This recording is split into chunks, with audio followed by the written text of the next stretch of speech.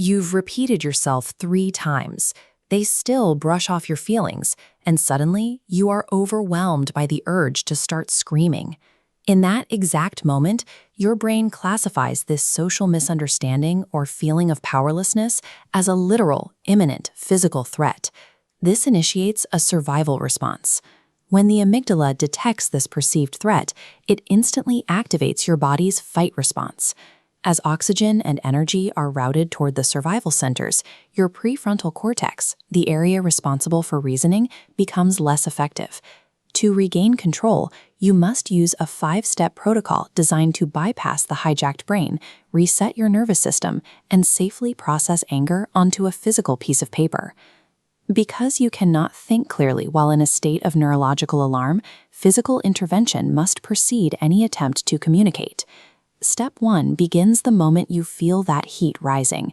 Immediately disengage and physically leave the room. Leaving provides the space needed to address the underlying cause of the flare-up.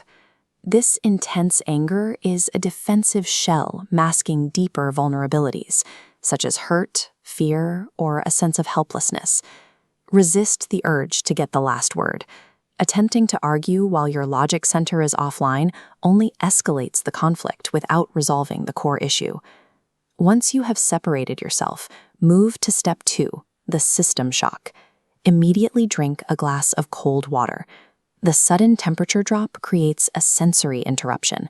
This forces the brain to shift its focus away from the perceived social threat and back to the immediate physical environment. By combining physical distance with a sensory shock, you break the neurological loop before it causes permanent damage to your relationship. Now that the initial spike is interrupted, move to a quiet space to begin a targeted physical intervention. Step 3 is the breath reset. This requires asymmetrical breathing, where the length of your exhale exceeds the length of your inhale. Avoid the common mistake of taking rapid, deep breaths. Quick inhales mimic the mechanics of panic and can actually increase your heart rate. Time your rhythm to this shape. Inhale, 1, 2, 3, 4. Exhale, 1, 2, 3, 4, 5, 6. This prolonged exhale mechanically slows your heart rate. Follow a second cycle. Notice the shift as your nervous system stabilizes out of the fight response. Controlling this ratio is the most direct way to bypass a hijacked amygdala and manually calm your body. With your physiology stabilized, prepare for step 4. Get a pen and paper for an unfiltered brain dump. Write out the exact, uncensored sentences you wish you could say to the person who triggered you. This serves a cognitive purpose. Translating abstract emotion into a tangible list forces your brain to organize data, which re-engages the prefrontal cortex. Finally, move to step 5, the safe re-entry. Before returning to the conversation, you must perform a final safety check on your physical state. Check your posture against these cues. You are ready to return only once your shoulders drop, your heart rate steadies, and your hands unclench.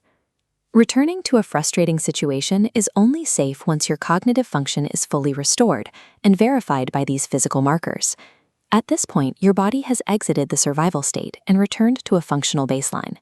Because you followed the protocol, those destructive, unfiltered thoughts are now contained on paper rather than being directed at another person. You can now tear up the paper to symbolize the release of that anger, or use the notes to formulate a calm, rational response. The desire to be understood is powerful, but protecting your internal peace matters even more.